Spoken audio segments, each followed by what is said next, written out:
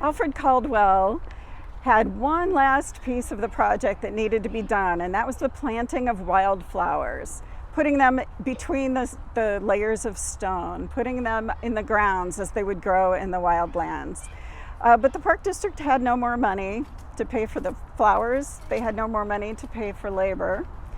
So Caldwell figured out a way to buy the plants and ended up planting them himself. One day he was here planting probably in this very area when three men he described as foreign looking walked into the park and towards this area. One of them remarked to the others about the flowers being planted between the stones being very unusual, but another one commented on the pavilion behind me, which he stated, this gentleman said, was a Frank Lloyd Wright pavilion. Allegedly, Alfred Caldwell stood up very quickly, patted his chest and said, "No, this is an Alfred Caldwell pavilion." As a result of this chance meeting, Caldwell found out that the three gentlemen who came through were the head of the architecture program at IIT.